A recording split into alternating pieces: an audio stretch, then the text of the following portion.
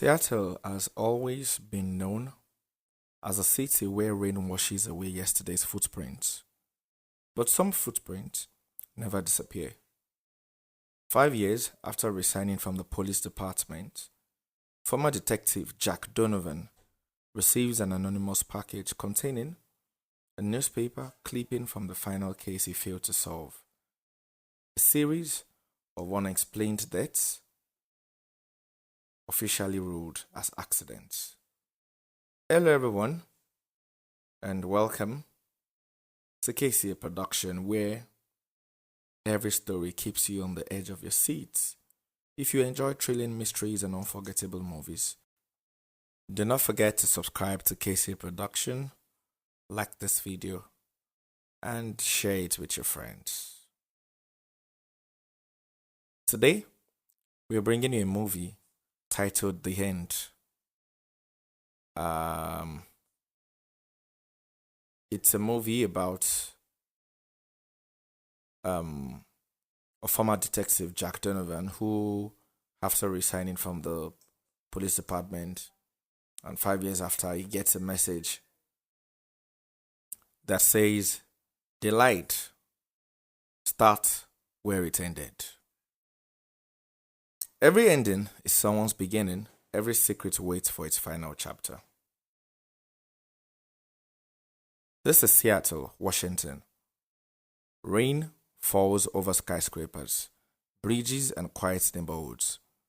The city looks peaceful, but beneath the calm lies an unsettling silence. People say every story has an ending. Every case is eventually closed. Every secret is eventually buried. But sometimes, an ending is only the beginning of something much darker. Some truths refuse to stay hidden. They wait patiently for the right person to uncover them. Again, this is The End from KCA Production. Please subscribe. Rain taps softly against the windows of a modest apartment. Former homicide detective Jack Donovan sits quietly at his kitchen table with a cup of black coffee. His apartment is neat, but lonely. Old police commendations and family photographs sit on a shelf untouched. A loud knock interrupts the silence. Jack opens the door. No one is there. Only a small brown package rests on the doorstep. He looks down the hallway, empty. He picks up the package and brings it inside. There is no return address. Carefully opening it, he finds 3 items. A faded newspaper clipping dated 5 years earlier, a silver pocket watch stopped at exactly 11:47, and a handwritten note. Jack unfolds the note. It reads, "Delight. Start where it ended." His expression changes immediately. The newspaper headline catches his attention. Warehouse explosion claims 3 lives. Police rule accident. Jack remembers the case instantly. It was a final investigation before he resigned from the police force. He whispers to himself, "Why now?" His phone rings. Caller ID, Elena. Jack answers. Elena says, "You forgot dinner with me last night." Jack apologizes, but says nothing about the package. Before hanging up, Elena says, "Whatever happened 5 years ago, don't let it pull you back." Jack looks again at the mysterious note. Too late. Some memories fade with time. Others wait quietly until someone forces them back into the light. Later that afternoon, Jack drives to the abandoned warehouse where the explosion occurred. The building has long since been fenced off. Weeds grow through cracked concrete. Broken windows stare like empty eyes. Jack climbs over the fence and enters. Inside, dust fills the air. most of the evidence is gone. But as he walks through the ruined structure, something catches his eye, hidden beneath a loose floorboard. A small metal evidence box, locked. Someone deliberately left it behind. Jack forces it open. Inside, several photographs from the original investigation. Every victim is accounted for, except one. One photograph has been removed. Only the torn corners remain. Written inside the lid is another message. She saw everything. Before Jack can think further, he hears footsteps upstairs. Someone else is inside the warehouse. Jack quietly moves behind a concrete pillar. A shadow passes across the upper floor. Then, silence. When he finally climbs upstairs, the person is gone. Only fresh, muddy footprints remain, leading to a broken window. Whoever it was had been watching him. Every clue answered one question and created two more.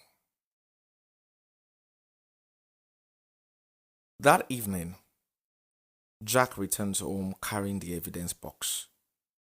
As he unlocks his apartment door, he notices something unusual. Nothing has been stolen. Nothing appears broken. But a framed photograph on the shelf has been turned upside down. Someone has entered his apartment. Slowly, deliberately. His phone rings. Unknown number. He answers. A calm voice speaks. You went to the warehouse. Jack remains silent.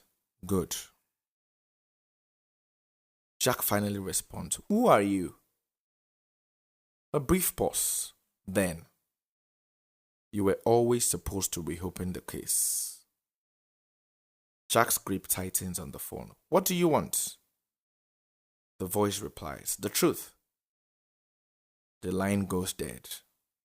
Moments later, Jack notices something sticking out beneath his apartment door.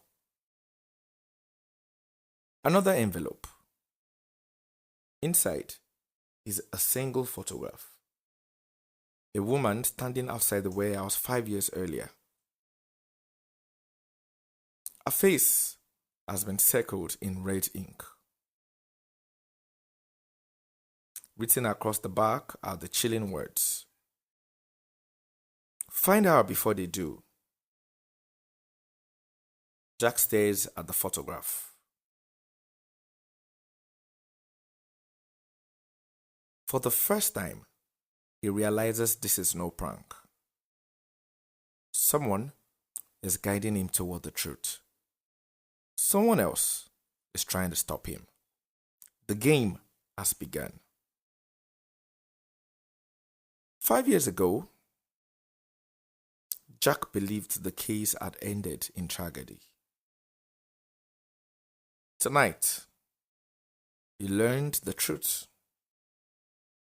The story never ended at all. It merely waited for him to return.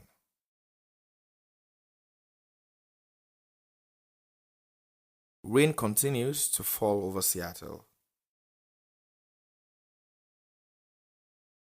Traffic crawls across the Aurora Bridge as the city settles into another cold evening. Every investigation reaches a moment where the evidence stops pointing to places and starts pointing to people. Sometimes the truth isn't hidden in a file. Sometimes it's hidden in the only place that the person left alive would remember it, which is in the only person.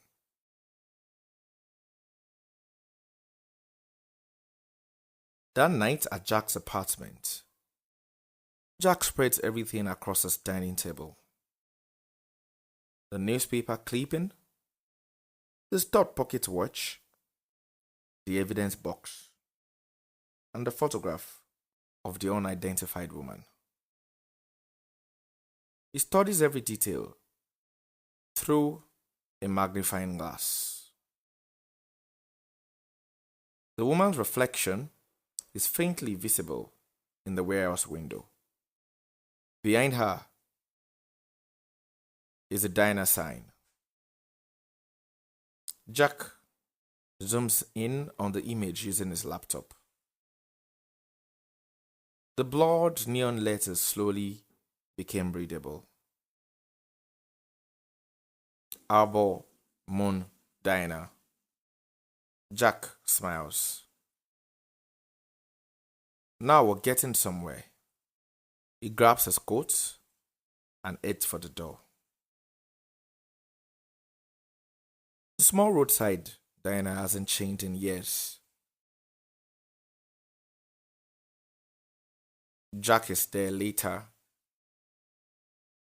And inside, old photographs decorate the walls. Jack approaches the elderly waitress. He places the photograph on the counter. Have you ever seen this woman? The waitress studies it carefully. Her face changes.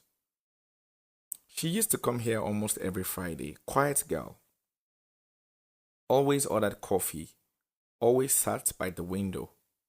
Jack leans forward. Do you know her name? The waitress hesitates, then quietly replies, Laura Benson. But she stopped coming years ago. After the fire, Jack's heartbeat quickens. At a small lakeside house that night, using old public records, Jack arrives at a modest lakeside home. Lights are on inside. He knocks. No answer. He knocks again. The front door slowly opens. Standing before him is Laura, now in her early 40s. The moment she sees the photograph in Jack's hand, the color drains from her face. You shouldn't be here. I think you know why I am. She looks over his shoulder toward the empty street, then quickly pulls him inside. Every curtain is closed. Multiple locks secure every door. Laura speaks in a whisper. Did anyone follow you? Jack shakes his head. She isn't convinced. She checks the windows before sitting down. Jack places the old newspaper clipping on the table. 5 years ago, what really happened at that warehouse? Laura closes her eyes. For a long moment, she says nothing. Finally, it wasn't an accident. Jack listens carefully. I was there. I saw the explosion.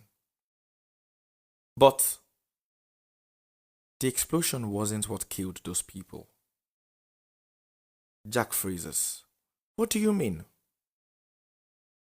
Laura reaches beneath a floorboard and removes a small metal tin.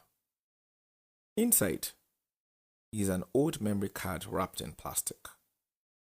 She hands it to Jack. I was a freelance photographer. I wasn't supposed to be there that night. But my camera recorded everything. Jack carefully turns the memory card over in his hand. Then why didn't you go to the police? Laura lets out a bitter laugh. I did. 2 detectives came to my apartment the next morning. One resigned, the other disappeared. After that, I ran. Jack realizes the conspiracy reaches far deeper than he imagined. Across the lake, same time as Laura's house, a black SUV parks beneath a row of trees. A man lifts a pair of binoculars. He watches Laura's house. He speaks quietly into a radio. Target located. He's found the witness, awaiting instructions. A crackling voice replies, do not move. The director wants them both alive. For now. Jack inserts the memory card into his laptop. A grainy video begins to play. The warehouse appears on screen. Several luxury vehicles arrive. Well-dressed men enter the building carrying briefcases. Then, a loud argument. Someone shouts, "This deal is over." Moments later, a gunshot. The recording cuts to static.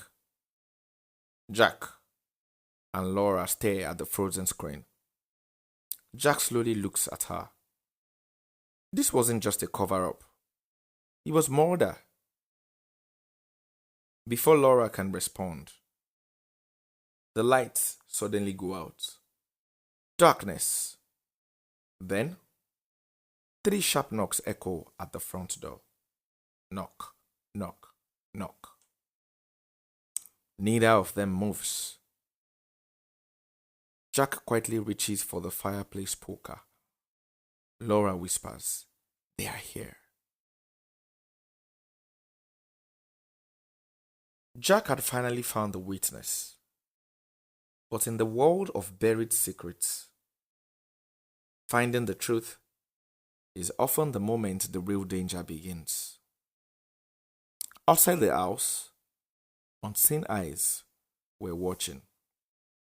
Inside, one piece of forgotten evidence had transformed an old mystery into a homicide investigation.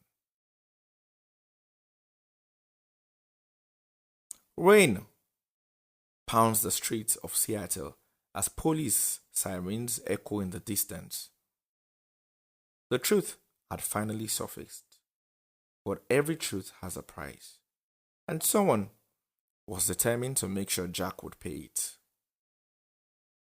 The loud knocks continue at Laura Benson's front door. Jack signals for silence and carefully moves toward the entrance. Before he reaches it, the back door crashes open. 2 masked men rush inside.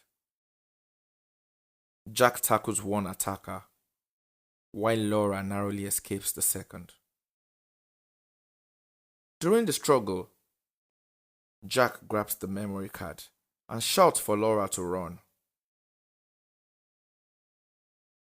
The attackers flee moments before police sirens approach, leaving the house in disarray. At a secure location, Jack, Laura, and investigative podcaster Claire Bennett examine the recovered footage. The complete video reveals that 5 years earlier, the warehouse explosion was staged to destroy evidence after a secret meeting between influential businessmen and public officials went terribly wrong. During a heated argument, one executive was deliberately shot. The explosion was then triggered to disguise the murder as an industrial accident. Claire he stoned. This wasn't negligence, it was an execution. Laura reveals that she secretly recorded the meeting while photographing the property for a magazine assignment. She fled after realizing powerful people were involved and has lived in hiding ever since. Jack contacts his former police captain, Owen Price, who agrees to meet discreetly. After reviewing the evidence, Owen admits that parts of the original investigation were taken away from local detectives by higher authorities before they could finish their work. There were people above my rank who wanted this case buried, Owen confesses. Jack realizes this conspiracy extends far beyond one company or one man. Power survives through silence, but silence becomes impossible once the evidence begins to speak. Claire arranges a confidential meeting with federal investigators. The memory card, old case files, financial records, and witness testimony are handed over. Federal agents immediately recognize connections between the warehouse case and several ongoing corruption investigations. Within hours, search warrants are approved. The following morning, investigators simultaneously raid luxury offices, private residences, and financial institutions connected to the conspiracy. Television stations interrupt their regular programming with breaking news as several influential figures are escorted away in handcuffs. Richard Sullivan is arrested outside his corporate headquarters. Judge Henry Collins is detained while leaving the courthouse. Corrupt associates attempt to destroy documents, but digital backups recovered from the memory card expose years of illegal dealings. Watching the live news from a safe location, Jack finally feels the weight of 5 years beginning to lift. Claire smiles. We didn't just solve a cold case, we exposed an empire. Justice may be delayed, but when truth is supported by courage, even the most powerful walls begin to crumble. Several months later, Seattle begins to heal from one of the largest corruption scandals in its history. Jack is publicly recognized for refusing to abandon the truth despite the risks. Though offered his old detective position, he respectfully declines, choosing instead to help families whose loved ones have been forgotten by the justice system. Claire's investigative series wins national recognition, inspiring new witnesses to come forward in other unsolved cases. Laura, no longer forced to hide, finally rebuilds her life after years of fear. Captain Owen Price oversees reforms within the police department, ensuring future investigations remain independent and transparent. Standing near the waterfront at sunset, Jack quietly watches the city skyline. Claire joins him. You finally reach the end. Jack smiles thoughtfully. No. He looks across the water. It's just the end of this chapter. Every secret believes it can outlive the truth. Every lie believes it can outlast justice. But history has always favored those willing to stand for what is right. One person's courage can expose what generations choose to ignore. And sometimes, the true ending is not when the guilty are caught, but when the innocent no longer have to live in fear. 6 months later, the Seattle skyline glows beneath a golden sunset. News headlines flash across television screens and homes, cafes, and airports. Corruption scandal leads to historic convictions. Federal reforms introduced after warehouse cover-up. Families of victims finally receive justice. The city is moving forward. So are the people who fought for the truth. At the community hall, a memorial service is underway for the victims of the warehouse tragedy that remained hidden for years. Family members, police officers, journalists, and ordinary citizens fill the room. A large banner reads, "Truth delayed is not truth denied." Jack Donovan quietly sits in the back row. He isn't looking for recognition, he's simply paying his respects. Laura Benson walks to the podium. She pauses, taking a deep breath before speaking. "For years, I believed fear was stronger than truth. I stayed silent because I thought silence would keep me alive. But silence only gave evil more time. Today, I stand here because one man refused to stop asking questions. Justice came late, but it came." The audience rises in applause.